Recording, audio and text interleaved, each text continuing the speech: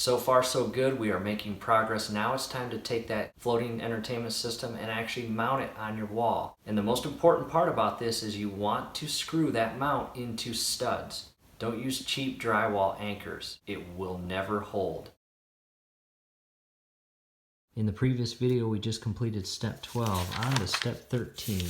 As you can see, the dashed lines indicate the diameter and measurements of the actual unit. Determine the location and the height at which you want to install the item. Subtract 75 millimeters or 3 inches from your chosen height and draw a horizontal line using a level and part 851.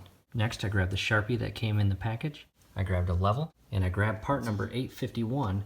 And what I did was I chose my height that I want the entertainment system hanging, and with the groove part facing the wall, I positioned it in a way, grabbed my level, and pressed it into the wall until it was level, and used the Sharpie to draw a line the entire length of part 851. Next, I grabbed my stud finder to locate 3 studs, and I drew the lines to reference each stud as shown in this image here. And one thing I want to point out, the very far left hole, what we can do is measure 16 inches all the way to the next hole. As you can see here, that is the standard distance between studs. If we continue to measure from that middle hole to the very far right hole, as you can see, it lines up with that 16-inch marking. With that said, here's part 851 pressed against the wall. The far left hole lines up with that line. 16 inches away is my next hole, the very middle hole. That lines up perfectly, and then an additional 16 inches away, the far right hole, as you can see, it lines up with that line. Next, grab 3 of the part 1/16 screws, and as this image shows, we are going to secure part 851 to the actual wall by screwing the screws into the studs. At this point, I have each screw just slightly inserted and tightened into the stud. And the next thing I did was grab my level and verify that part 851 is level, and I will do this periodically as I tighten each screw, just to make sure that this entire part is level throughout the entire tightening. Making progress, all 3 Phillips screws are screwed in and tightened into the respective stud, and I'll start all the way at the far right, level, move it to the middle, level, move it to the left, level. Next, we are going to grab the entire unit we built in the previous video, and we are going to position it, and I recommend 2 people doing this. The actual unit is pretty heavy, and our end goal is to get these hooks that we installed on the back of the unit to hook over part 851 we just installed on the wall. Here's a quick side view of 851. As you can see, that little groove on the rear portion is where the hooks on the actual unit will fall into place and hang from this entire part. Okay, floating entertainment unit is in place. We are going to pick it up and insert it on part 851. The hooks are on the rear side. Here's a quick view of the actual hook. Unit is mounted on the wall on part 851, and believe it or not, it was a lot easier than we thought. Those hooks went right into place, and that unit rested right onto part 851. Grab your level and go all over this little unit and make sure that this entire unit is level. In the event it is not level on one side, it's possible that one of the hooks has not fully set itself in the actual part 851 that's on the wall. Maybe a little bit of tapping will help get that unit into place and level.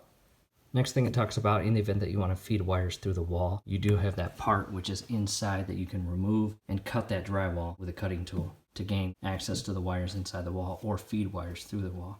Next, grab 3 of the part 36 and 3 additional part of 1/16 screws we just used.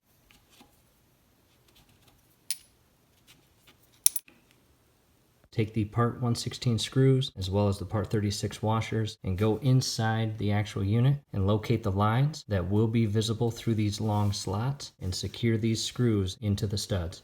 Going inside the unit now, as you can see those long slots, and there's the line. Secure 1 screw into the stud there. 1 additional screw into this line there, which will go into the stud, and on the opposite side, 1 last line on the far right. Step 13, grab 8 of part 434. Now, as far as where you will insert these into the actual unit, you have the option of 3 height levels. It's all personal preference. We are going to insert the shelves on height level 2. So we'll insert all 8 of those parts in the second holes on each part. And all you do with these, grab a Phillips screwdriver, position them properly in the hole, and screw them in. Again, stay away from power tools. That's it for step 13. Step 14, let's grab 8 of part 433, as well as both G1 and G2 boards. With the boards properly positioned to match the image, grab each part and insert it the exact same way they do in the photo. You just press in and secure them with your thumb. That's what it looks like after they are all done. And again, reference the image, make sure you're inserting these the right way. That little groove is facing out. Step 15, grab both the boards and insert them onto all those part number 434s we screwed in earlier. And slowly tap it into place until the board is properly resting on all those parts. Then when it looks good, insert the second board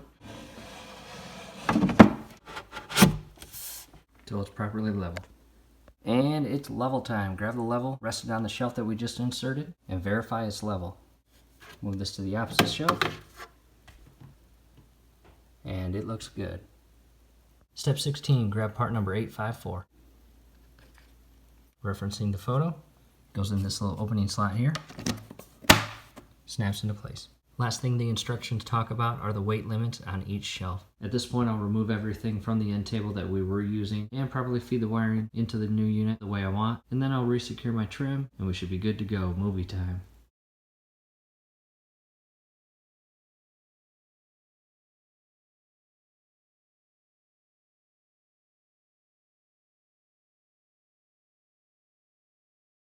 Do us a favor, below the video you will see that thumbs up icon. Click on that, like the video, subscribe to the channel. Definitely go to your settings, turn on your YouTube notification bell, because once you do that, every video that we upload, you will be notified. You will be able to stay up to date with us, and that will be awesome. Thanks again.